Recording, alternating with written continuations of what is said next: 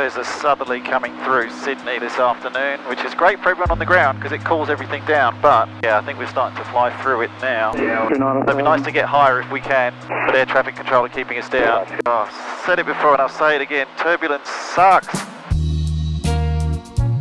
Echo Yankee Zulu report passing 2000, runway center cleared for takeoff. Clear for takeoff, runway center, Echo Yankee Zulu.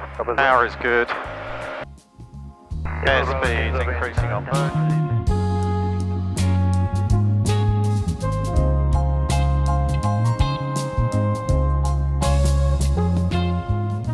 Sydney departures, Echo Yankee Zulu passing 2,300, climbing 3,000, banks down 8 departure. Echo Yankee Zulu departures, good day, identified, climb by speed to 5,000. Fly to SID 5,000, Echo Yankee Zulu. Oh my god, it is hot.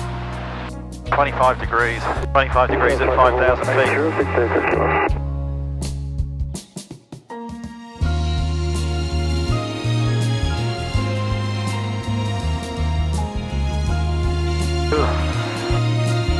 I think this is going to be one of those flights where I'm just going to have to slog through it and, well, just keep smiling.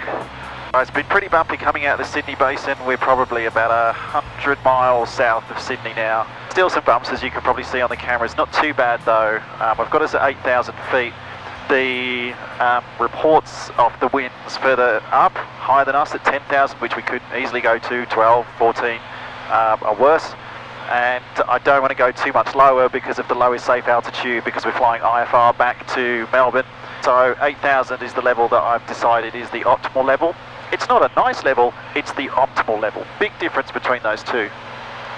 Actually, looking out there, you can probably see those clouds. Now, meteorologists let me know, you guys know better than me, but those are indicative, I think, of some turbulence up there in the upper levels, or sort of the mid-levels, the alto stratus levels. This isn't a thermal turbulence thing, this is just strong winds coming from the south. So the mechanical is the winds come over like the hills, they go up and down and you get those waves, and that's causing the turbulence. It's not thermal. So yes, I could try and go higher, but I don't think I'm going to outclimb it based on the clouds. The good thing is with this flight is the further south that we get, the better the conditions are going to get. Then of course when we get to Melbourne it's cloudy, so it's just it's one of those flights where you're just going to have to stay on your game. It's not one of the ones that you can just kind of sit back and watch Netflix. Now on top of that, my cylinder temperatures are fluctuating a little bit at the moment. Nothing to worry about, they're all in the green range, but I'm trying to get the mixture that I use down here. If you can see this is the mixture lever, which changes the fuel and air mixture. That's why it's called the mixture, but it's not sticking, it's moving. So I set it to say 13 gallons per hour fuel flow, and then he goes, cool, 13, 13 and a half, 12.7, 13.3, you get the idea. Melbourne Centre, Echo Yankee Zulu, maintaining 8,000. Yankee Zulu Centre, thanks. You're cleared to cross the control, Class Charlie step there, tracking Avbeg Moosop, maintain 8,000. Clear through the Class Charlie, Avbeg Moosop, 8,000, Echo Yankee Zulu. Echo Yankee Zulu, your QNH is now 1013. 1013, Echo Yankee Zulu, thanks. Setting the QNH, 1013, it was 1011, so Echo Yankee Zulu is pretty clever because it will automatically descend down to the new 8,000.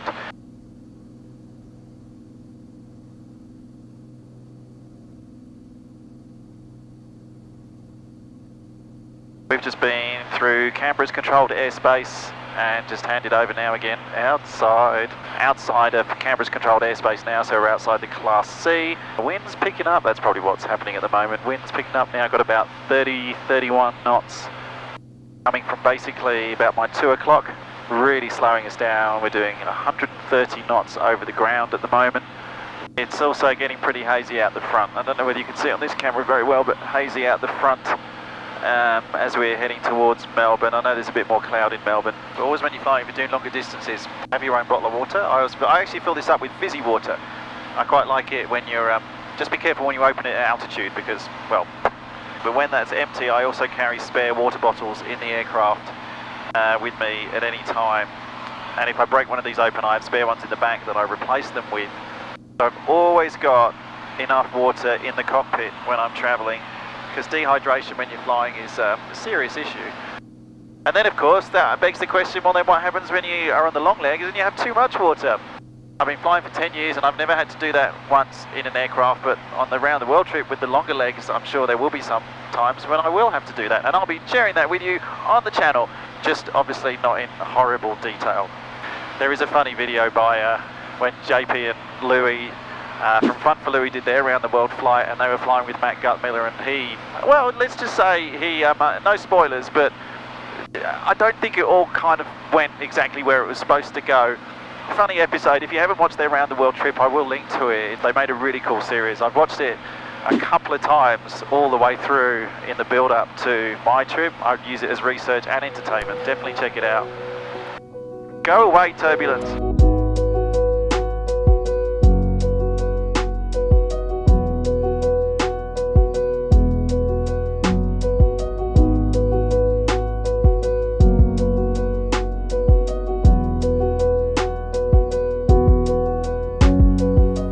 Interestingly, on our path now, we should get a situation which doesn't happen very often.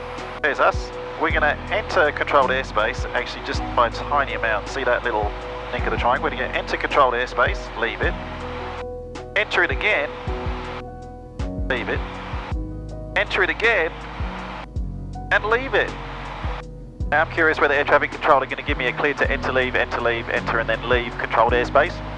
And Echo Yankee Zulu, just facilitates arriving aircraft at Albury. Any possibility of positioning slightly left of track? Yeah, hey firm, yeah. How many degrees you got us? We can go left maybe up to 20, Echo Yankee Zulu. Echo Yankee Zulu, doesn't have to be that far, just to miss that first step on this side of Albury. You can get a clearance through the subsequent set on the other side, but just to allow an aircraft transit through Arran, whatever you can do to the left of track, even a 5 degrees turn would be sufficient enough, and there's no traffic for that. Copy, yep, we can do that. Am I right to go through the 2,500? I can avoid the 4,500. Yeah, the 2,500 is fine, just the 4,500 on the eastern edge. Copy that, we'll turn and we'll avoid that. Echo Yankee Zulu. So it won't have to be too much. No worries, thanks. Echo Yankee Zulu. Alright, so now, let me actually do this on the 650s. That's cool, that's the first time that's actually happened to me. So just because of that first tiny little corner, if we can go left of our track, so I've taken us actually about 10 degrees left, which will easily get us around there, but I'll give us a little bit of buffer. And then we'll get a clearance from air traffic control to actually go into that controlled airspace.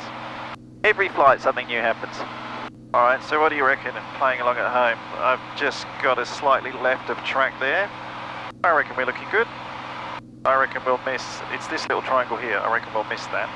So we just need to come down this side of the track. I've got this banked up as well on the MFD, that tells the same story, so we're slightly left of track now.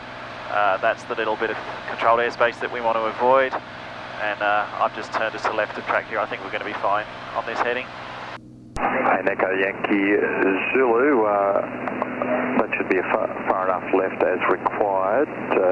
You are cleared transit controlled airspace, tracking direct to Lacey at 8,000. Cleared through controlled airspace, direct Lacey 8,000, Echo Yankee Zulu.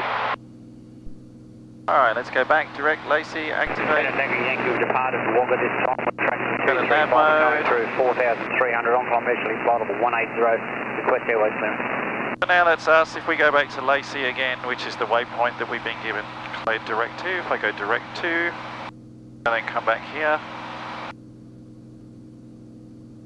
Yeah, we can see we nicely clear that airspace, which he was asking us to go round. Perfect.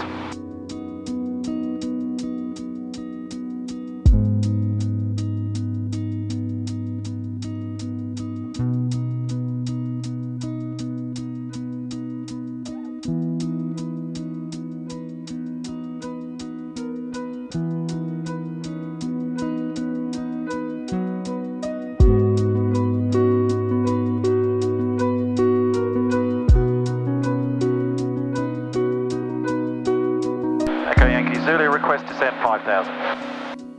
Echo Yankee Zulu, expect that in 1 minute. Echo Yankee Zulu. Oh, I wanted to go through the cloud. I better get a descent when I get through this hole right here, and I just won't go through any cloud. Okay, Yankee Zulu, descend 5,000. Descend 5,000, Echo Yankee Zulu. Okay, Yankee Zulu, do you just want a visual approach into Moorabbin? If we're just going to go through a bit of cloud, then I'll let you know when I'm visual, and then that'll be great. Echo Yankee Zulu. Okay, Yankee Zulu, copy to remain inside controlled airspace, and we'll further descend about 9 miles. Copy that, Echo Yankee Zulu. Oh, maybe I'll get my wish after all.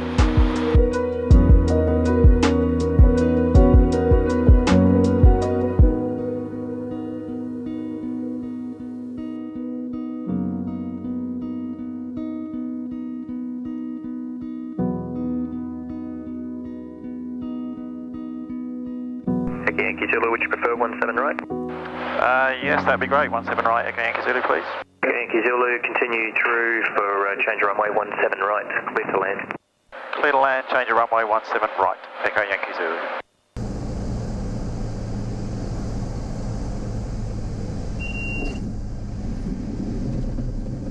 If you're not a subscriber of the channel, please do click on the subscribe button. It really helps me to see the channel grow. It means a lot to me to know that you're enjoying the videos.